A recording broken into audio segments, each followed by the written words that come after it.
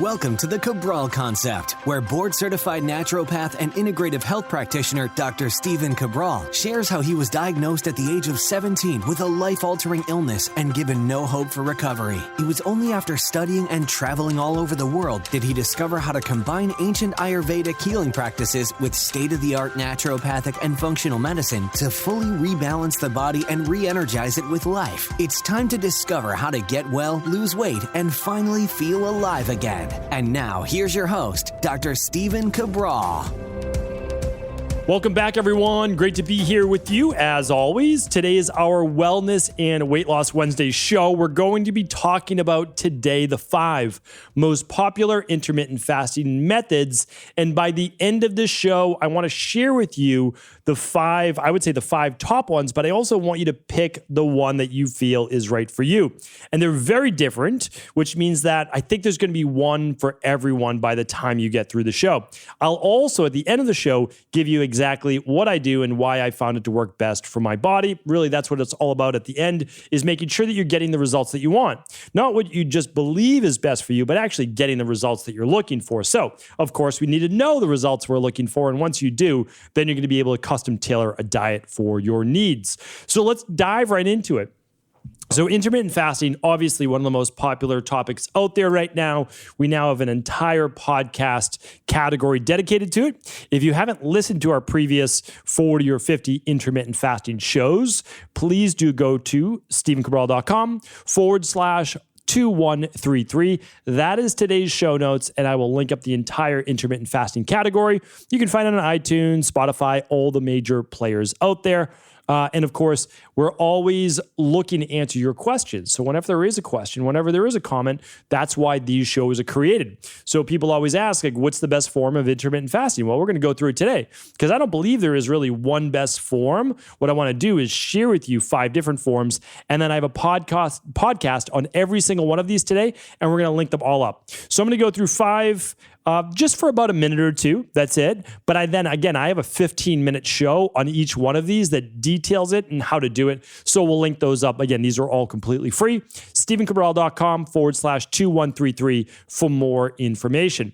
All right, the first intermittent fasting diet, I guess a diet doesn't sound like the right thing, but really a diet is whatever you follow in terms of a nutrition plan, right? So if I say, hey, this is my diet, it's the same thing as saying, hey, this is my nutrition plan. It's a much easier way of saying it. Dieting doesn't mean you're always trying to lose weight. Dieting doesn't mean you're always trying to reduce your calories. It's simply the food that you're eating. Now, again, you can use it to mean the diet that you're on to lose weight. But, if you're on like people say, a bodybuilding diet or a paleo diet or a low FODMAP diet, whatever it might be, well, again, it doesn't mean low calorie and doesn't mean weight loss. It's just the nutrition plan that you're following, okay? So, and the last thing I'll state is if you're brand new to intermittent fasting, an intermittent fast on its base level, foundational level, is going 12 hours without eating, right? So let's say you stop at 6 at night and you go to 6 the next morning. That would be an intermittent fast. 7 at night to 7 the next morning, 8 at night, 8 in the next morning. That's a 12-hour intermittent fast. Of course, some are longer, and that's what we're going to talk about right now. So the first is this. Intermittent fast, number 1 is 16-8. It's definitely one of the most popular out there, and because it really simplifies life, and it has people, for the most part, eating just twice a day. I've given you a lot of the negatives around this before, but I've certainly talked about the positives as well. Just like on yesterday's show on fermented foods and supplements, I give you the pros, and then I give you the cons, because not everything is rainbows and sunshine, right? So that's what we like to share, is both sides of the equation. We don't have to be so biased in one direction. Well, 16-8 is simply going 16 hours without eating, and then your eating window is 8 hours. So we do some 16-8 in our Fatlocity weight loss system, and it still allows people 3 meals per day instead of 2. And the reason is, I don't believe that you're going to get in enough micronutrients and your digestion is going to be strong enough to just get it in 2 meals. I think people are going to be hypocaloric. I think they're going to be catabolic. I think they're going to be losing muscle mass. I think they're going to be lowering their metabolism with 2 meals a day. I just don't know how you'd be able to pack in that much good nutrition with that many vegetables at one meal. And also, how would you get your fruit in? because you don't want to put your fruit at a meal. It's not going to combine very well. So what do? Right? Like, how do we make this happen? You can make it happen. You just have to be very diligent. That's all. So I say, hey, if you're doing 16-8, no problem. And then I give you the problems with skipping breakfast, meaning like most people have their intermittent fast upside down. Dinner should be the smallest, ideally, and breakfast not the biggest meal of the day, but certainly breakfast helps to reduce cortisol levels and stress in the morning. Again, that's a topic for another show. I don't want to give you necessarily all the pros and cons right now, but I want to say is this: 16-8 makes it really easy, right? So think about it this way. Let's say you stop eating at 8 o'clock at night, right? A lot of people stop eating, let's say by 8 o'clock at night. All right, we've got 4 hours till midnight, and then we go till noon the next day. All right, so it's basically just don't eat until noon. I mean, that's a better way of saying the 16-8. Don't eat until noon, right? That's an easier way of saying it. So then you have lunch, and then you might have dinner at like 7 o'clock at night. Well, if you want, you can put in one easy to digest snack or smoothie right in the middle, and you'd be able to get 3 meals. So you can definitely do a 16-8. We actually talk about it during the fat velocity system. We don't have people fast until noon. It's not what we do. We just haven't seen it work that well for women, especially with their thyroid and estrogen dominance. Okay. So easy to follow. Can work great for all the benefits of intermittent fasting, and that's definitely one of the most popular. All right. Number 2, the second most common type of intermittent fast is an up-down diet. Again, I'm going to link up to detailed podcasts on each one of these. It's oftentimes called, though, the 5-2 diet. What does it mean? Well, it essentially means 5 days of eating normal and then 2 low-calorie days. Now, you might say, well, why is it called an intermittent fast? It's really not. It's more of a misnomer, except if you're getting 12 hours. I just believe that everyone should get 12 hours overnight. Again, stop eating at more hours before you go to bed, the better. So, and you'll see that on your sleep tracking biometrics if you track your sleep. But simply put, let's say this. Okay, you don't stop eating maybe until 8 o'clock at night. All right, you just go to 8 o'clock the next morning, and then you eat normally whatever you'd like to eat one day. And then let's say you do that for 2 days, Monday and Tuesday. And then Wednesday, what do? Oh, okay, you have a low calorie day, maybe 500 calories. There are different ways of doing this, and you can even do it by macros as well. But again, I'll link up a more in-depth podcast on that. Then that would be Wednesday, just 500 calories. Okay, and then Thursday, Friday, back to normal eating. And then Saturday, 500 calories. Sunday, back to normal eating. Monday, Tuesday, and then Wednesday, repeat. So 5 days a week, normal calories. You're still going your 12 hours overnight, and then you have 2 down days. Up-down diet is what it's called. Now, that's number 2. And again, there are pros and cons to each. What is the pros and cons to this one? And then number 3, well, let's get into number 3 and I'll share the pros and cons of both. This one can also be called up-down dieting, is actually much more appropriate term, a much more appropriate term. And here's why. So the up-down diet is eating a higher amount of calories one day and then lower the next, right? And then the 5-2, it's 2 days, like a Wednesday and Saturday, where they're going to be lower. Very simple, very easy. You can pick Monday and Thursday if someone's doing an up-down diet or a 5-2. That's typically what I recommend, and here's why. Most people are eating maybe just a little bit more than they should, eating out maybe more on the weekends. So what I like people to do is on Monday, okay, that's their down day, right? Well, that's the 5-2. So Monday, Thursday, or let's say Wednesday, Saturday, whatever you'd like to do. Okay, just keep a couple days in between. Alternate day fasting. Well, this one is actually exactly what it's meant to be, right? So this is a true up, down, up, down, up, down. That's the repetition with that. So one day eating whatever you want, okay, whatever you want.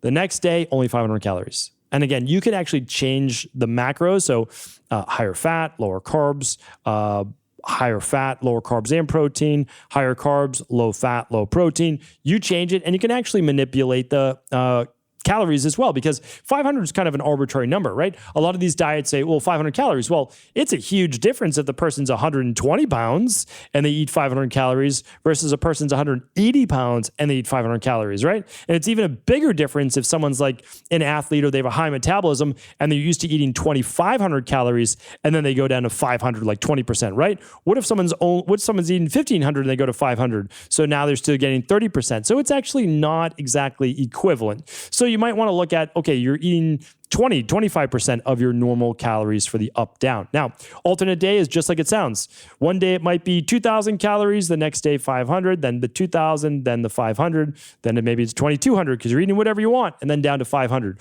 Why do the up down diets work? Here's why they work. They manipulate and control calories for the most part. Now, do they help with levels of inflammation? They do on the down days. And that's because if you're taking in less food, there's less oxidative stress created because the normal thermogenic process of food and digestion takes quite a bit of energy.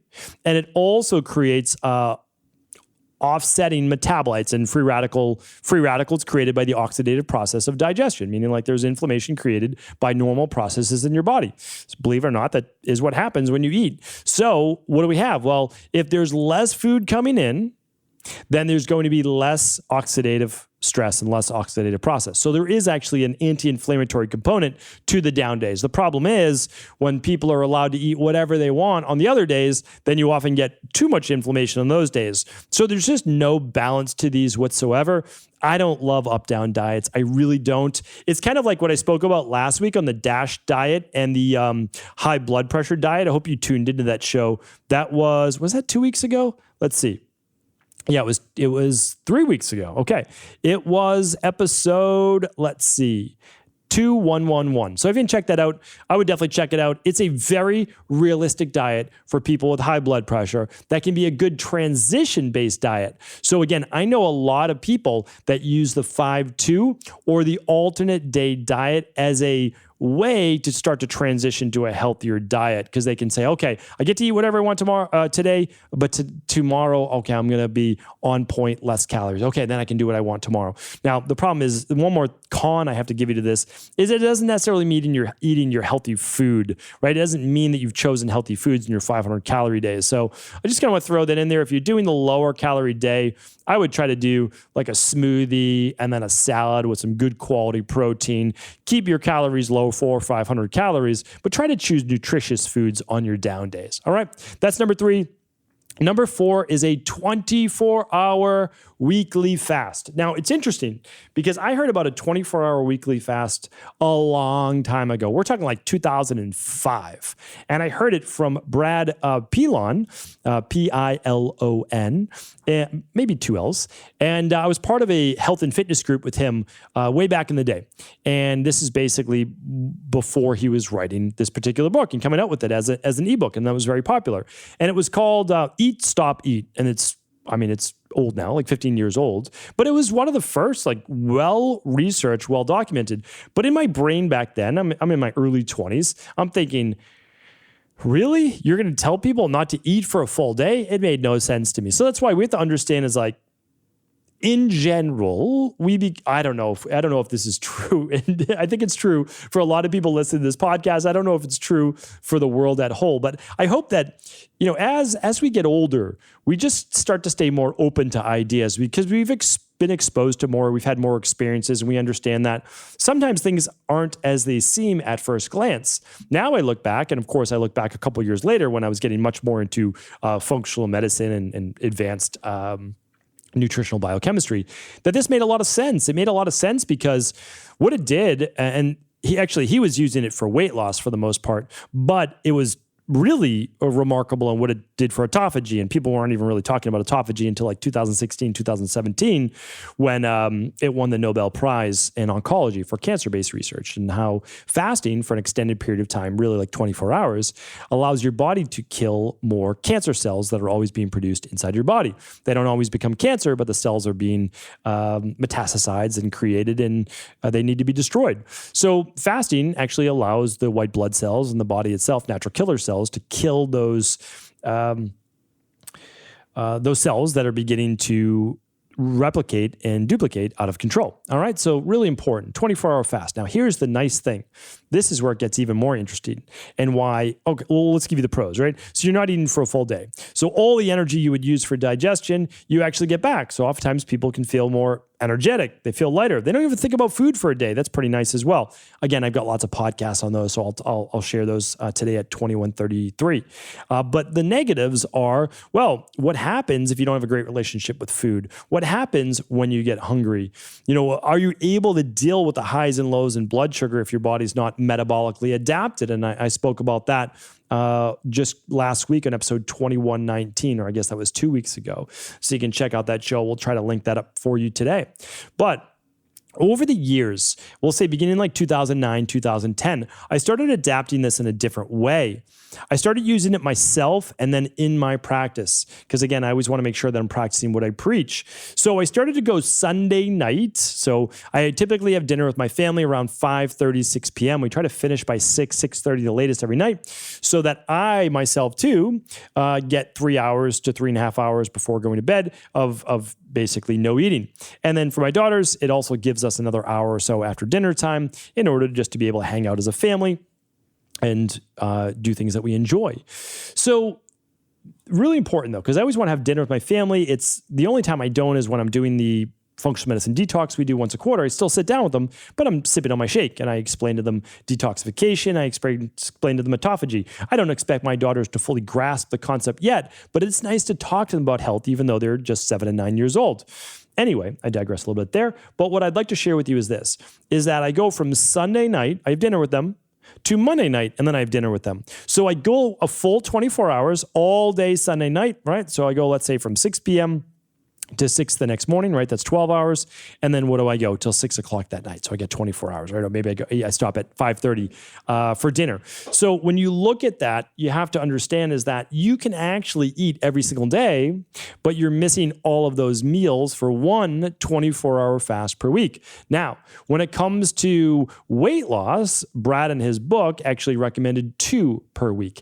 I only recommend 2 24-hour fasts per week if a person just can't follow a healthy diet overall, or that person is actually lab testing to make sure, like something like their stress hormones, mood and metabolism test that you can do right at home. And they're doing that once a month to make sure that thyroid levels are strong still, estrogen dominance is not getting out of control, and that cortisol is not going through the roof. Really important to test those, okay?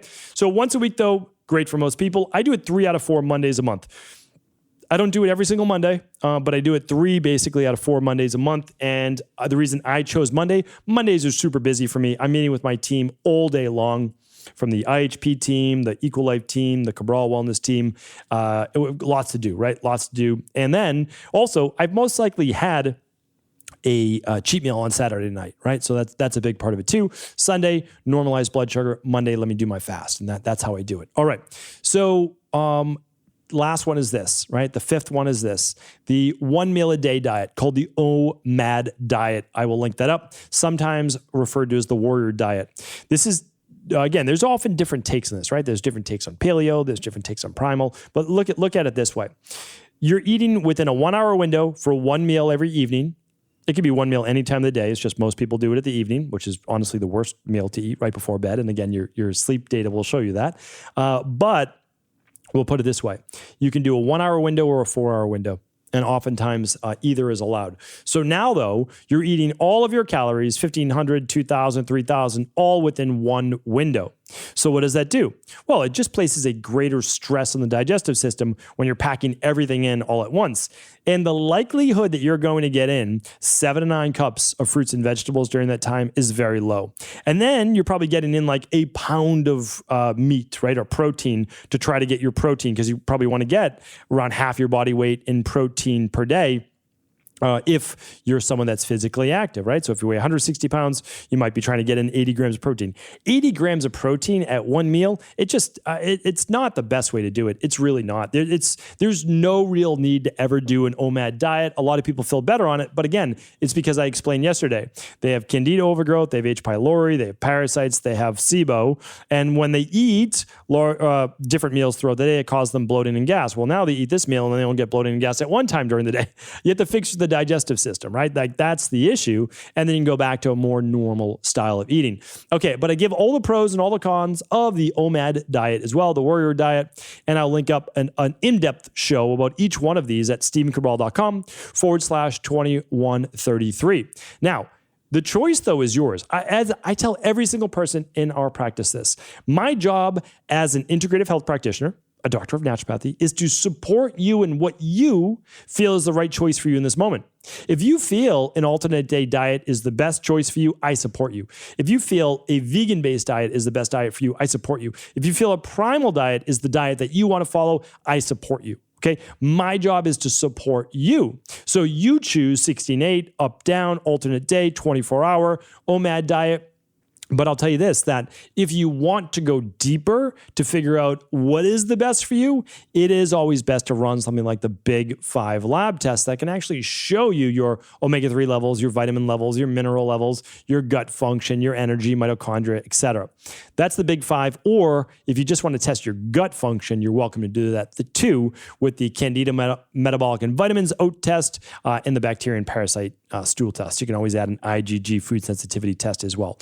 All of those are available at stevencabral.com/labs. That'll take you to the labs that we use. And again, you can run them with your local naturopathic doctor or integrative health practitioner level 2 or with my team over at Equilife. Okay, so what do I do? Well, I've now been doing this for many, many years. Okay, intermittent fasting every single day for, let's say, since around 2009, okay?